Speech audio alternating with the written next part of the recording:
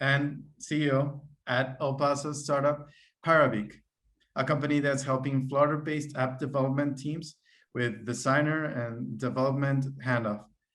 Ivan is also involved with the El Paso startup ecosystem, where he is the chapter director of Startup Grind in El Paso. He hosts entrepreneurs and investors locally and abroad to help educate El Paso on startup-related topics such as tactics, fundraising, and resources. So both of you are very connected to the innovation startup ecosystem in El Paso. Welcome. Thank you both for being here. So great. So first of all, this is just a brief intro what I've just done about your work, but I'm sure you both have so much more to tell us. I would like to start, if you could share with the audience that sound familiar with your organizations, could you share us your programs, what is Progress 321 and Startup Grind? I would like to start with Tresa. Would you go first? Thank you, Alberto. Also, thank you, MCA, for inviting me to represent Progress 321, and also for MCA being a corporate partner of ours since our inception. Ironically, this organization was birthed about 5.5 years ago by some innovators in our region, including Emma Schwartz with MCA. So it is about connecting our visionaries who share a passion for the region, and giving them access to leaders and innovators locally and regionally who have a national global influence that's focused mainly on economic development and quality of life initiatives. We also are about empowering our progressors, is what we call our members, to be able to make a difference in our region. And we do that through a variety of different programming. We have some where we assist any of our members that are interested in local or statewide service in helping them find those positions where that they can use their leadership to the betterment of our community. We do programming, much like you all do, again, with panels featuring regional speakers that can inform us with what is going on in the community and how we can make a difference in it. We have a couple of signature projects that we do. One is One Region, One Table, and that is a culinary celebration of our region, featuring chefs from Juarez, Las Cruces, and El Paso. They come together and then make one fantastic meal where we're all sitting at one long table with 300 people, and it's paired with wine. It's just a beautiful, beautiful evening. That is one of our fundraisers. And our biggest initiative that we're working on now is embracing expats, people who consider El Paso or this region their home. They've left, but they still have a love for this region. And we have a variety of programs that we do to involve them. One of them being a program that will launch for our second year, September 15th, 915, called El Paso Everywhere. And the goal is to bring these expats into our community, show them how we've been progressing, and to ask them to give back to the region that birthed them. And they can give back in a variety of ways. So the goal of this initiative isn't necessarily to have expats move back here, although our first year of the 25 expats that came for our program, 2 of them did move back and bring their businesses here. But the goal is to really bring an economic impact to the community through these people who no longer live here, but love our community. So any of you on here, we are developing a master hub of expats. So if you know of people that fit this, you think they'd be interested in seeing the programming that we do and possibly coming in for the event that we have, you can personal message me, send me an email, but we'll add them to our database. And that's us in a nutshell. Great, thank you. Awesome. Ivan? Yeah, so yeah, I'm the chapter director for Startup Grind. Startup Grind's a larger company. It's based in the Bay Area, and its sole purpose is really to just build a community around startups. And so my job here in El Paso is to put together events where we host entrepreneurs, investors, and domain experts primarily, and we'll have a fireside chat and usually discuss their story, because I think people's stories are very interesting, and you can attach yourselves to that And then you can learn about a lot of the expertise that they have. So yeah, I started that, I believe, in 2018. And I think the reason why I started is actually kind of relevant to this discussion. In like 2017, late 2017 or 2018, I was fortunate enough to travel to the Bay Area. And one of the things that I found that was different about the Bay Area was just like the way people, functioned together through their relationships. I've been to other cities, and one of the things that I found is people are less likely to share ideas. They're less likely to help each other than what I saw in the Bay Area, and I thought that was super interesting. And shortly after that, I went to the Startup Grind conference, and they had three values, three company values. And the first was, we believe in making friends, not contacts. The second is, we believe in giving first, not taking. And the third was, we believe in helping others before helping yourself. And that really resonated with me, and is essentially what I felt like I saw in the Bay Area versus any other city that I had been in.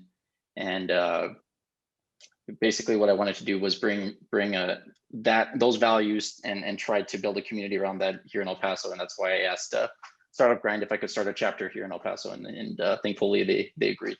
So that's our background. Great. So it's really interesting how both of your organizations touch this part of fostering innovation or programs through relationships, but both of them are for different audiences, aimed at different audiences. So that kind of goes to show that how relationships really do affect the different areas of development of the city. So for, again, entering the topic of this discussion, we're looking for how relationships foster the innovation. And it's pretty, we usually talk about it like pretty straightforward. We need to create more relationships to foster innovation, to foster entrepreneurship, but it's not like a clear path. Like, we have relationships and then we have innovation. So first of all, I guess my first question would be, how have you seen relationships, like specifically, foster innovation? And if you could give us some clear examples.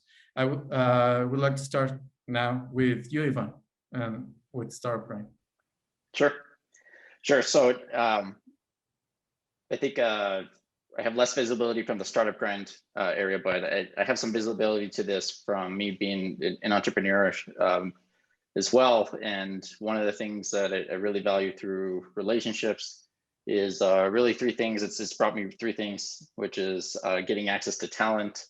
So, it's really important to bring a really good team together to work on whatever you're working on. The second thing is it's been primarily the main way for us to raise money. So it's given us access to capital. And lastly, access to partnerships with larger companies and stuff like that. Kind of going back to what I was seeing in Silicon Valley is they aren't smarter than anybody here in El Paso. It was really just like the speed at which people were sharing ideas and knowledge with each other that I think was the key difference, because that's what's allowed people to iterate very quickly, and that's why I think the Bay Area produces the biggest companies so far. So that's really how I've seen relationships foster innovation. So if I understood correctly, well, the biggest one is access to resources, to talent, to the capital, and all of that really wouldn't work if you don't have the relationships. And the other thing is sharing ideas, the opportunity to share and to comment and to grow with each other. That's great. Tresa, do you have anything else to comment on that? Yes, and I think it's great how you just summarized access. I mean, that is one of the things progress is about, is giving our progressors access to each other, who, right, brings together a unique way to further yourself professionally and personally, but also access to community leaders that they might not otherwise have that access to. For me, I think any innovation is sparked through surrounding yourself by people that aren't exactly like yourself. If you bring together people who will think differently, have different backgrounds, different cultural backgrounds, and with the mindset that no idea is a bad idea, unless just something good can come from it all, is where you can really come up with innovative ideas. One thing that happened with Progress that was quite interesting, during the pandemic, of course, we could not host our events. So our El Paso Everywhere event, first held in 2019, we could not hold in 2020.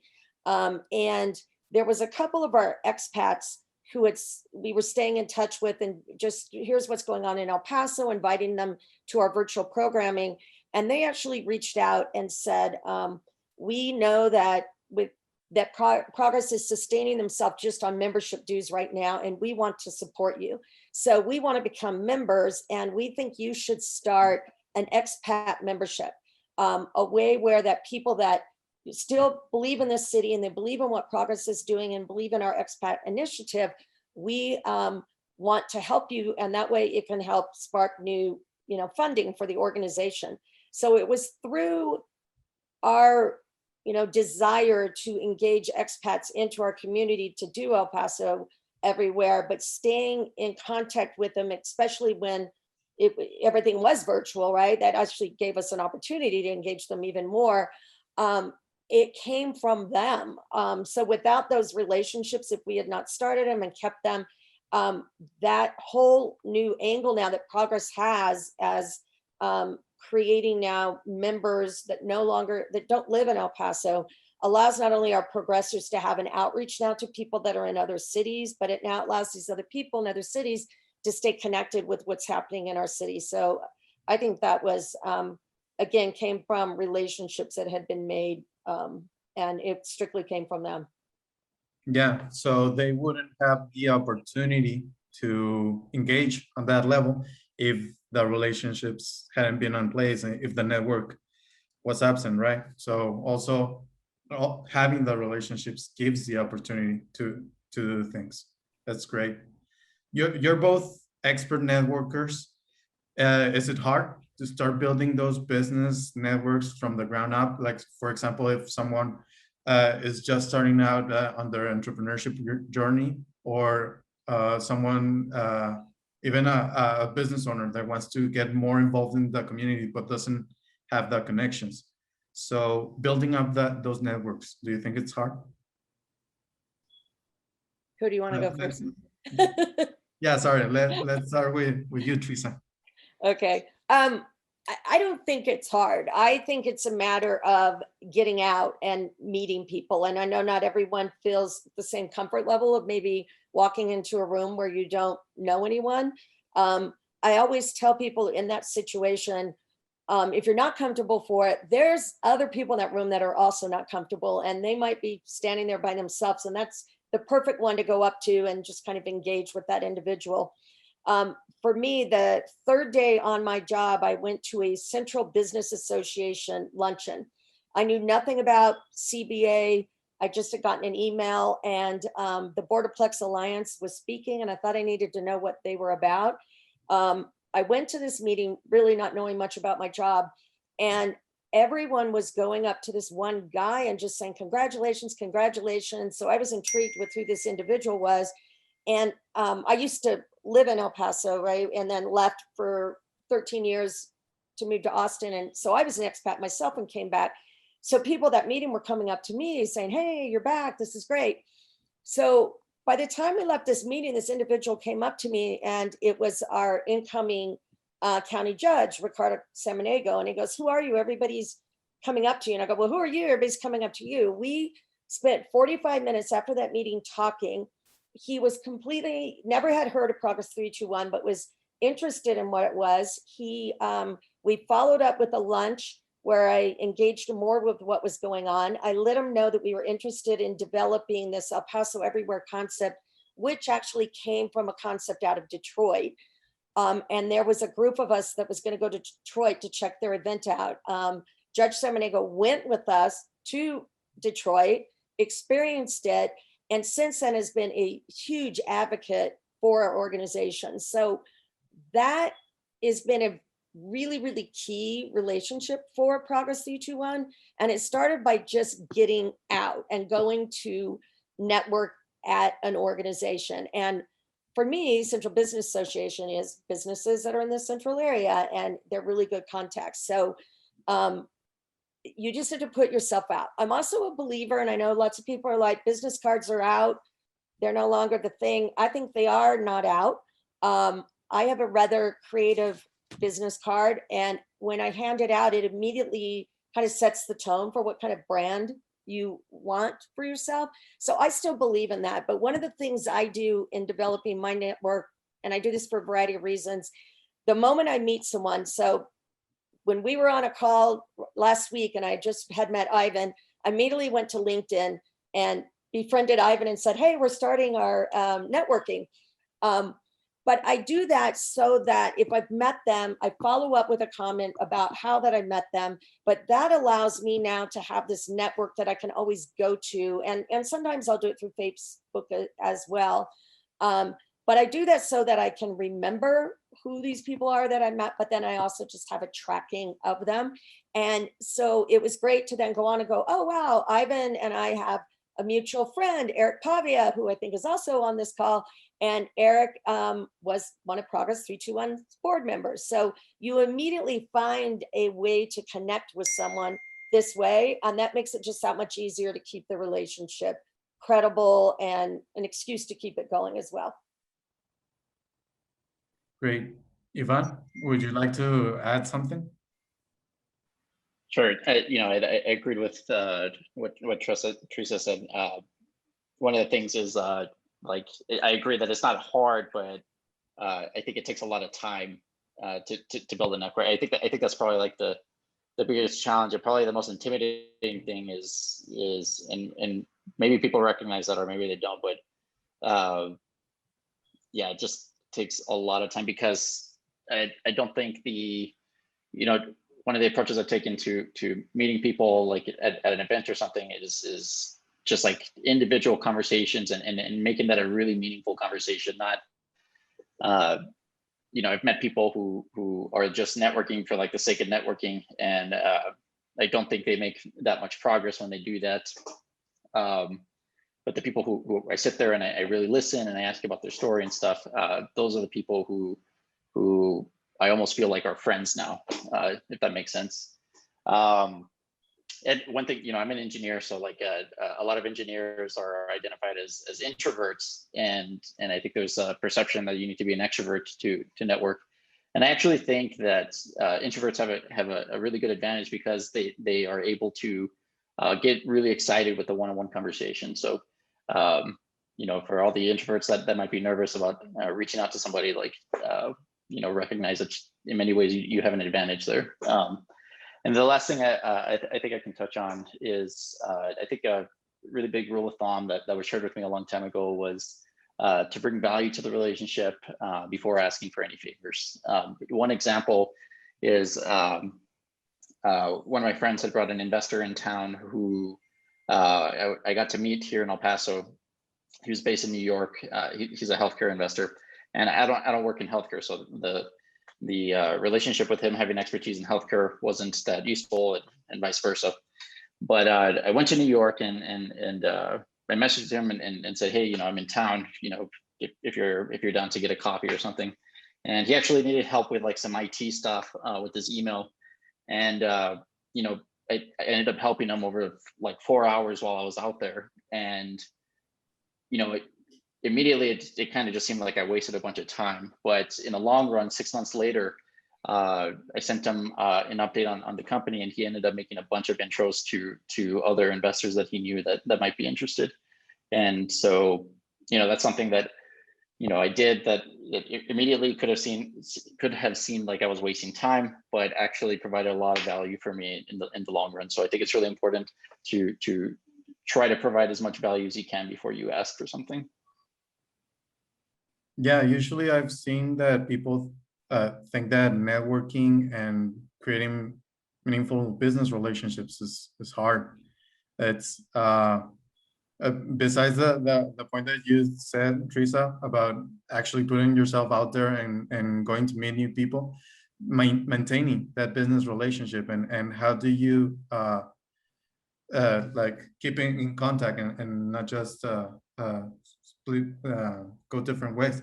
Why do you think people think that it's hard to create those meaningful relationships? I'll start with you, Ivan.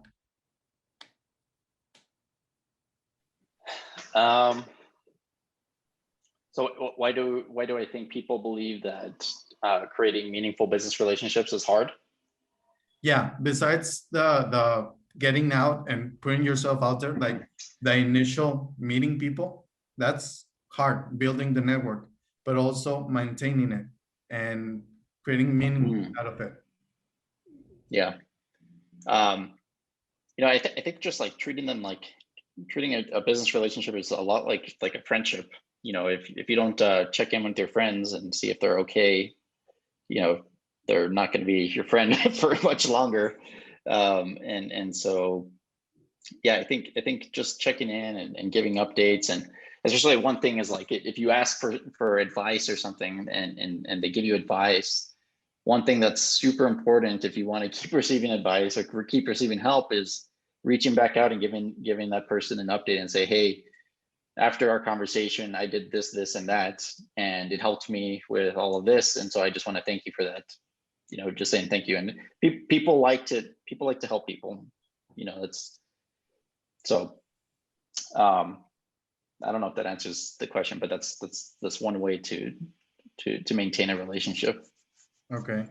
Yeah, Teresa, would you like some? Ivan and I, it's like we talked ahead of time because we're so right on with everything. I think a lot of people are intimidated by the word networking, and think that it's maybe negative word, or it's all about asking favors or selling yourself. And like what Ivan just said a minute ago, I like to think of networking as I'm about to make a bunch of new friends. And for me, I'm about curiosity, and the best way to engage with someone is asking a lot of questions, because everyone wants to talk about themselves. So I absolutely am someone that is asking personal, professional, whatever question might be fitting for the situation. And I genuinely do want to know about people. And I think by knowing some little niche that maybe I can connect with is what helps me. Oh, I like your clapping, Ivan. Some niche or whatever it is that you can find out about them is what you can hang on to maintain that uniqueness, right? Like maybe you're a mountain biker and they're a mountain biker, or they've got kids and you do, whatever it might be. I also think in networking situations, it can't be just all about you and my business and what do you do. And, sometimes there's that person, they're just handing you the business card and they're on to the next one if they don't think you can help them. You're going to see right through that, and that is not going to create a meaningful relationship. So I actually consider myself as the director for Progress 321 as a matchmaker. Like I feel like it's my job to connect people. If we're at an event, I make sure everybody's getting to meet somebody new or someone. Actually, we just had a brand new member join last week. He's retired military from Alaska. He flies for Alaska Airlines, professional photographer, starting a business, doing leadership development, and was interested in working with Progress. And then I find out our vice president of Progress yesterday tells me she's going to Alaska for a month. And we're going to be exploring there and working from there. And I'm like, wow, you got to meet this new guy who can connect you. So those are the kinds of things that I think can help with a meaningful relationship. And in roles like that Ivan and I have, and even MCA, right? We all have people who have entrusted themselves in our organizations to help develop relationships. And if we can help make those relationships happen, then it makes our organizations more valuable. And then it does give our members of all of our organizations, right, meaning to continue to be engaged in it, because you are making those professional, personal relationships. Great. So we've talked about meeting new people, creating relationships, and also about maintaining them. But another key aspect of relationships is that even if you maintain it, some of them are just shallow. Most business relationships are shallow and unfruitful. It's hard to, when you meet someone, to actually transform that relationship into something of value or something. What are the main issues with that, with bearing fruit of relationships? Are there some lessons learned that you could share or problems you've encountered? I would like to, again, go back with you, Teresa.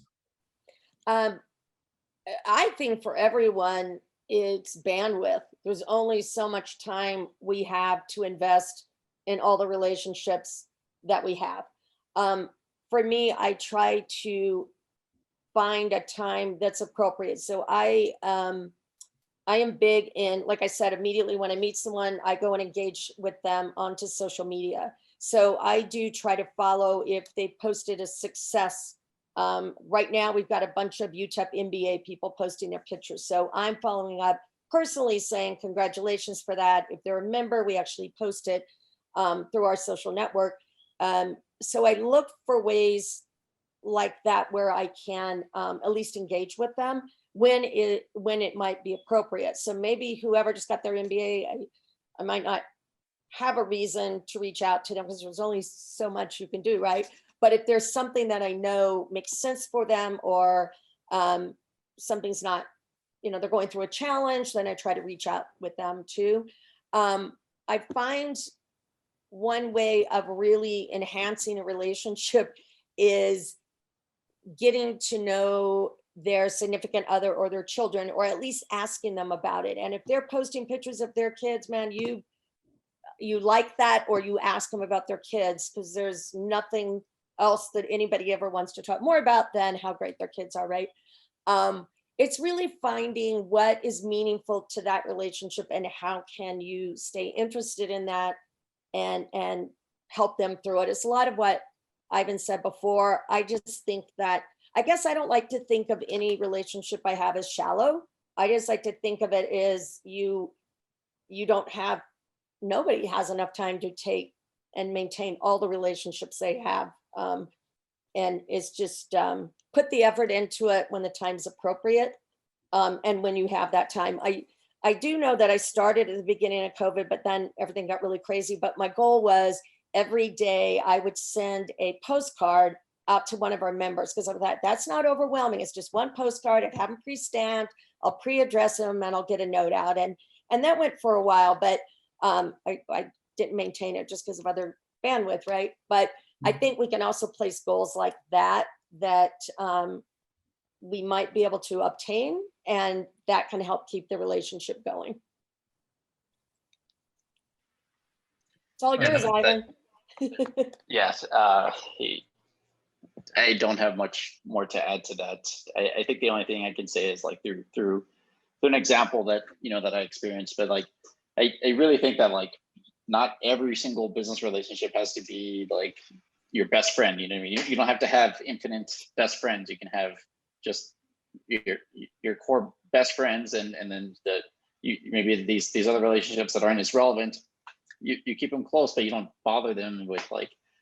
I'll walk through an example. So the first startup that I worked on was an application for restaurants, and I was able to get an advisor who had started a really large restaurant chain, and eventually we ended up pivoting away from that. And even though he has expertise in like finance and stuff, the relevance didn't make as much sense. And so now, I keep in touch with them, but mostly just as a friend, not necessarily as a business relationship anymore, because I'm not providing any value to him, and frankly, he's not going to be able to provide much value to what I was doing at that time anymore. So I think that's okay, and I think that accepting that and focusing on the relationships that are really, really important to you is probably a better use of that time. Yeah, I'm actually remembering ones that I heard Gary Vee. I know that networker, and that said, when meeting new relationships, sometimes it's better to just upfront understand that, yeah, there's nothing I can do for you, there's nothing you can do for me, but we go past that and establish the relationship, just like contacts, just like friends. So there's not the pressure to do some business. There's not pressure to bring any fruit out of the relationship, and it relieves that pressure. And yeah, that's great. And So, Alberto, just to add to that, just because we make a relationship right at, say, tomorrow, and maybe there's not an immediate value that we think we can give to each other, personal, professionally, it doesn't mean that that value might not be down the road. Thus why the moment I met Ivan, I went on and befriended him on LinkedIn, right? So I think when you make that first contact with somebody and you at least go on to the professional platform that most people use through LinkedIn, you have that already established then. And then there might down the road be a time that you actually would need or could help that person with value. great. So Absolutely right. yeah. So as a thought experiment, if you had to start all over, like for example, moving to a new country or a new city, and not having anyone contact or any network to tap into, what would you do? What would be your plan moving forward? What general principles would you base on start building those relationships? Now I would like to start with Ivan, please. Okay. So I can actually walk through this. So I think in 2018, I lived in Austin for a little bit. So I moved over there, and I didn't really have like a network out there. So the first thing I did was I got a co-working space membership because there was people there. So and people relevant to me working on a startup. Second thing I did, I'm a programmer, so I can talk to other programmers. Programmers like to talk about code, stuff that they're building. And so I looked at the meetups on meetup.com and found a few meetups that I thought were really interesting. And so I attended those and met people there. I can't remember like any concrete examples, but I'm pretty sure there were people that I came across LinkedIn or something, and I reached out for just like to grab a coffee, and having like a really specific ask or why like you're reaching out. People like to help, so I'm certain that I met some people that way as well. Yeah, I think. Oh, and attending like conferences and stuff like South by Southwest. You can go through like the booths and stuff and talk to people. I think that's all I can remember from that experience. But that's if I were to have to start over, I would probably just do the exact same thing. But I think one key thing is finding the relevance, because like as a programmer and entrepreneur, then it made sense to go to like startup and engineering or software engineering events. So. Yeah, a huge shout out to co-working spaces. That they are pretty good sites to go to. Tresa, what would you do? Well, it's interesting, Ivan, because I actually went to Austin as well and didn't know a lot of people, although ironically in Austin, there is a whole lot of El Pasoans. And once I figured that out, we actually started a group many, many years ago called El Paso Austinites. But we were just a happy hour group. There now exists many, many affiliate organizations that are like El Pasoans living in Austin, El Pasoans living in Dallas. So as an El Pasoan, if I was to move, say, to LA, I would seek out one of those groups. I'm not sure if these type of groups exist for Austinites living in LA, but there are groups, right, where people like to get together from where you consider home and talk about it. So I would search for that. Ivan mentioned this earlier, and I'm a huge believer in it, and I've seen lots and lots of examples of it. And basically, I think if you are new to a city, you need to bring value to your industry and that city before you start to be asking. I kind of consider it a give before you ask, or give before you get. So I would go in and research, where can I volunteer my services? So let's say I have a perfect example with a gal that is, she does social media and builds websites and such. And she was new to town. The company that hired her said, look at Progress 321. And she was super shy, and she was interested in our organization. I got her instantly involved in one of our committees, and I just said, you're in charge of setting our brand for this event. It was actually One Region, One Table. Through that, she developed friends through our organization. She enhanced her business relationships, and she's a completely different individual through that experience. It's not only grown the agency where she works through the contacts she made through Progress, but she, as a person, is now a leader. She's actually on our board of directors. So she volunteered all these services to us, but that opened up, it was something we needed, but it opened up a way for her to make personal and professional relationships. So I would say there's so many nonprofits out there. So where can you support somebody with your expertise? I would research key blogs and social platforms, like Ivan said, that have the relevance, and make sure you're active on it, not just what can I read, but give comments back, share things, let them say, get that value from it. And another example that's great is there is a gal that used to be a progressor, and she started a new job as an executive director of a nonprofit. And she has reached out to me asking me questions that are pertinent to a 501c3 that she wasn't aware of. So she's decided, she approached me to see if we could start a group, just a informal group of nonprofit executive directors in El Paso that can just get together and network and share commonalities and challenges that we have. And so that was somebody that was new to her industry, but knew if she would get together like-minded people like herself, that we can all grow and share and help. So I would say those would be great ways of engaging into a new community. Get out of your comfort zone. We have a question in the chat box from Nancy, who says that both of you run organizations that are based on individuals being involved in events and programming. How crucial are these types of organizations to build an innovation ecosystem? What can we do to build and promote more of these organizations? Tresa, would you like to start? So let me make sure I understand what she's asking.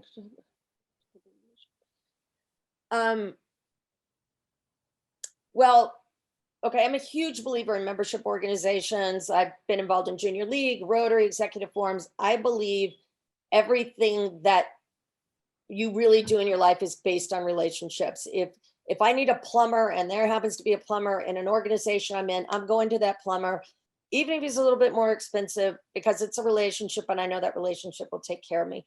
I feel like, what can we do to promote these organizations? I think one, if all the organizations do collaborate and don't view themselves as competition, but how can we help each other? Because almost every organization has its own little niche, right, that fits. And frankly, you want to be involved in a variety of organizations. You need that niche one that's exactly what your career is, but then you need one that's broader based. Maybe that's just women organization. And then you need one that will help expand your horizon. So I think organizations working together, much like this gal that reached out to me for executive directors to come together, would fuel innovation for sure for our region and give us opportunities to collaborate together in ways that maybe we wouldn't, have if we didn't put together that sort of another opportunity to do that. Great. Ivan, would you like to comment something else? Yeah, I don't think I have a great answer for this one. I think organizations that are trying to host events to help the entrepreneurs, innovators, and inventors is really important to just get people together. As I mentioned earlier, like one of the key differences that I saw in the Bay Area is just like how quickly people were sharing ideas and iterating on them together. And I think these organizations in El Paso can help do that, and hopefully that can get embedded into the culture that we have in El Paso, and then we should start seeing some pretty awesome companies get built out of El Paso. What can we do to build and promote more of these organizations in El Paso? Yeah, I don't know. It's tough. That's a tough one. Nancy, what do you think?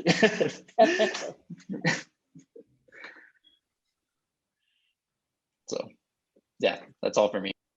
Yeah, okay, great. So we're coming up onto the hour, and I just have one last question I would like to address. COVID.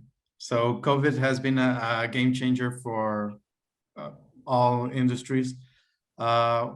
How have you seen the COVID impact business relationships and networking? Is it done differently? And now that everything is built virtual, are they upsides, downsides?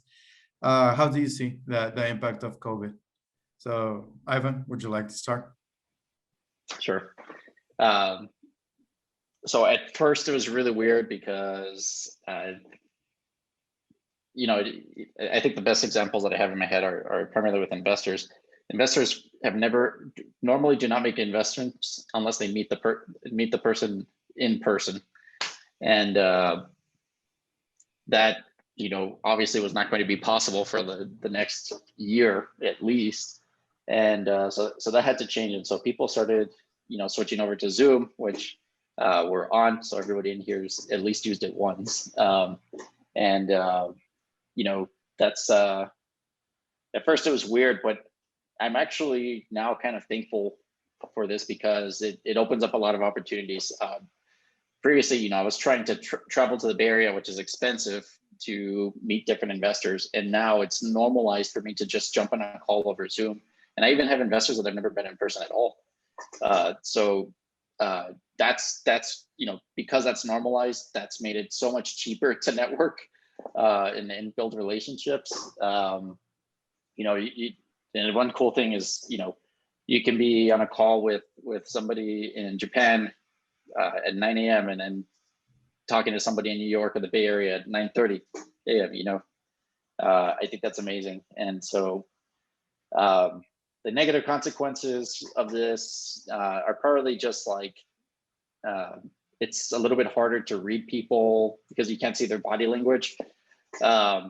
So that's probably the toughest challenge, but people are still developing relationships without that. So all in all, I actually think it's good that we accelerated into normalizing Zoom networking. Tresa? 100% with what he said. I think that this isn't going to go away. I think that we will see kind of both types of programming going on.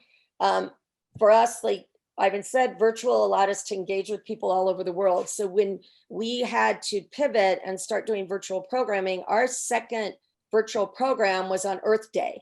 And we have an expat that her name is Syria, and she was Miss Earth Day USA many years ago, and she was living in Italy. So she was experiencing everything heightened that was happening with COVID when we were just starting to get it. So we did a virtual program with her, and it was to celebrate Earth Day, but at the same time, she was able to talk to us, and she's very passionate about El Paso, and her grandmother raised her and still lives here. So she was really trying to also help us with what we needed to be doing to be fruitful with what was forthcoming with the pandemic.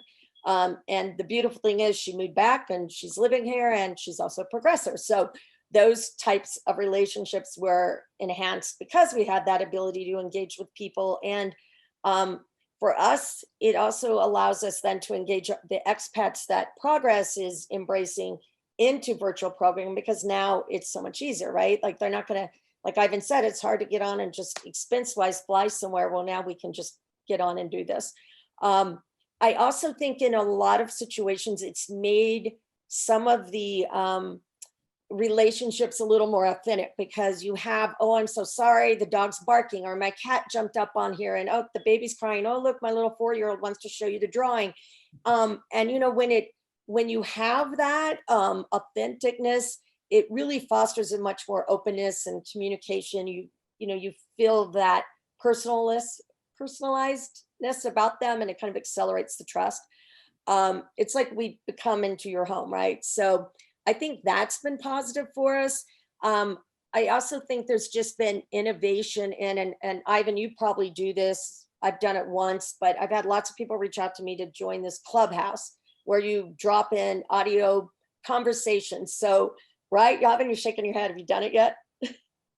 So I think there's been innovation around what we need to do to develop relationships and engage with people in ways that won't be in person. And what about all the drive-by celebrations, right? My daughter missed out on her graduation from UT, so we had to do a drive-by celebration. So I think we got creative with it in ways to still leave a meaningful impact for what it needed to be. And again, those relationships we meet like right now on here, it's up to us if we want to continue to engage that relationship, by going to LinkedIn and connecting with everyone. Great.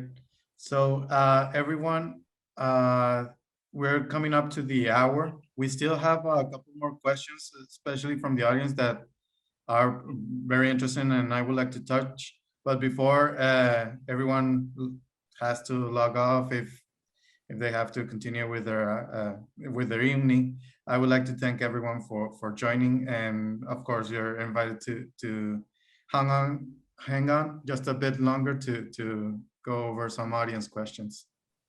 So the first one that I would like to ask both of you is with regard to the innovations ecosystem, what can we do to actively cultivate the next generation of innovators, like the up and coming, the kids or the college students or whatever? What can we do to cultivate? And these questions, I would like to have them like short 1-minute responses, just to keep them pretty quick and active. Yeah. So Tresa, would you like to start?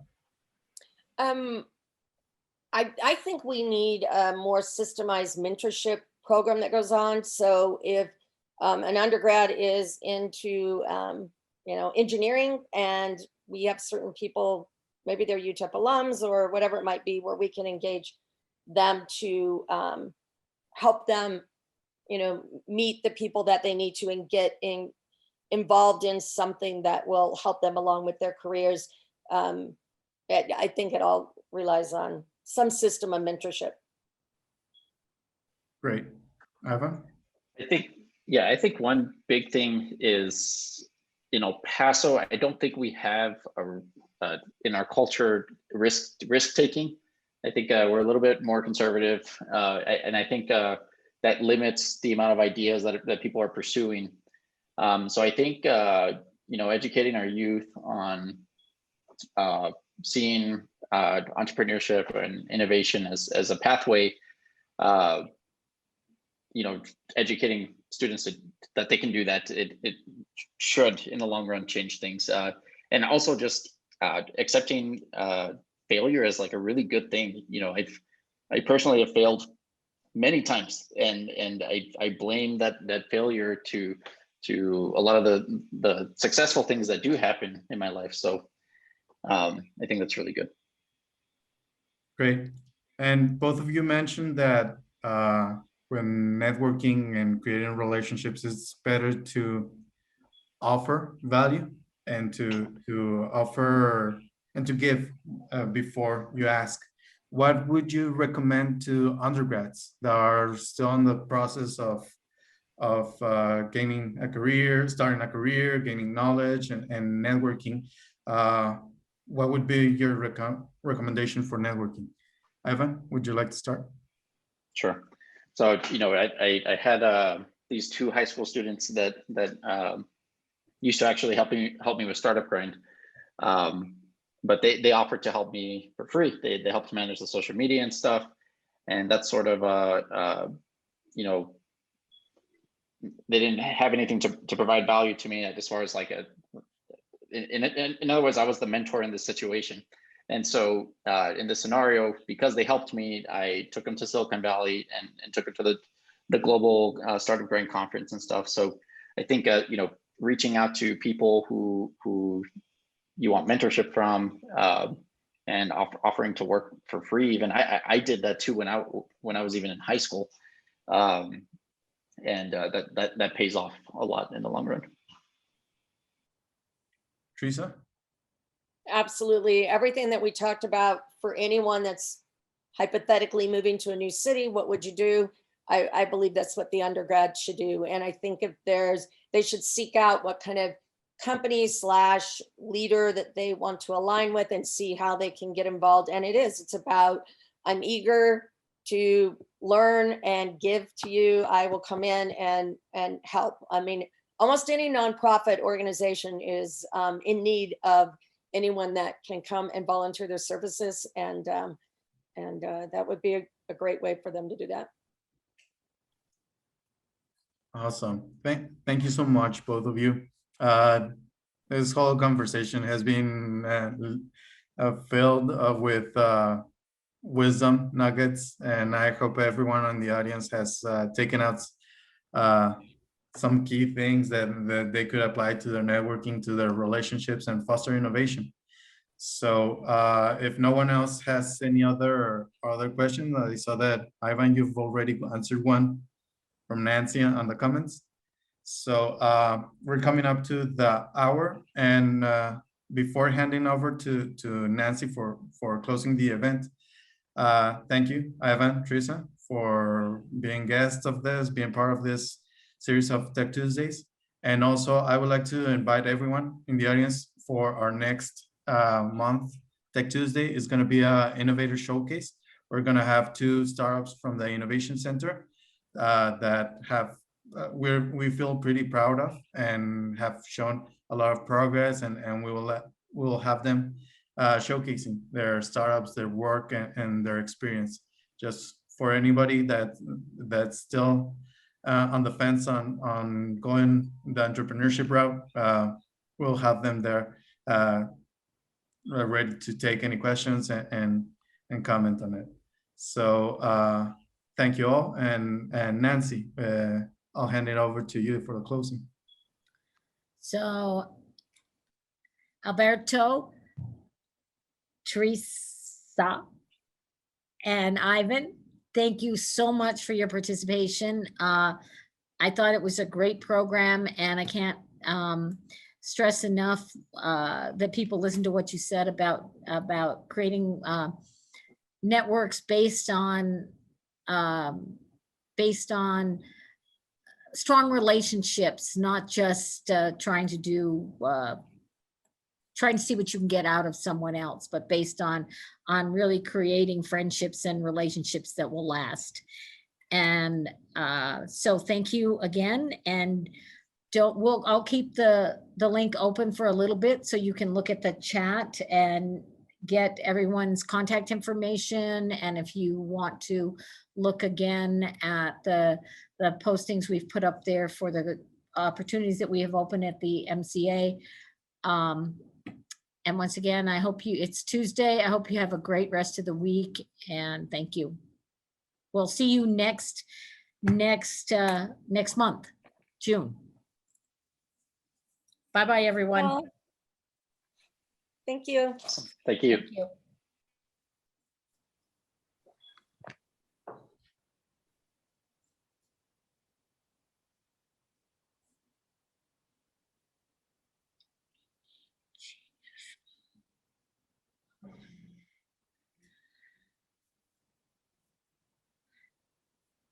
So Ivan, is Startup Grind still holding events? Yes, you know, I definitely had a pause for a little bit after COVID. I just didn't know how to throw an in-person event, and at first I didn't like the idea of doing a virtual event.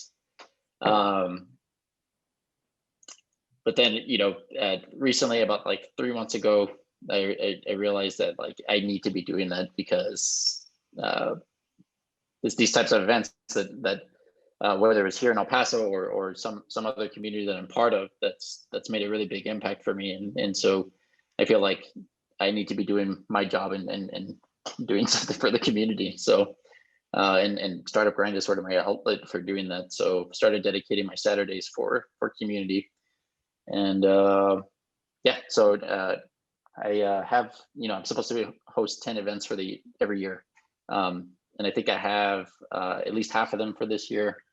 And I've already figured out how I'm going to host the rest of the events this year. So yeah, we're all figured out for 2021. Okay, so well, if you need any help pushing out, more than happy to tag your social media, put it in our newsletter. Thank you so much. Send it out to my ecosystem list, okay? Just let us Yep. know. You always have I will. really interesting speakers. Thank you so much. Oh, and still happy to do that intro. I don't know if you to the previous speaker, for JC Rico, the sales guy, the sales engine guy. Yes, I need to do that. I'm gonna put that on my long to-do list.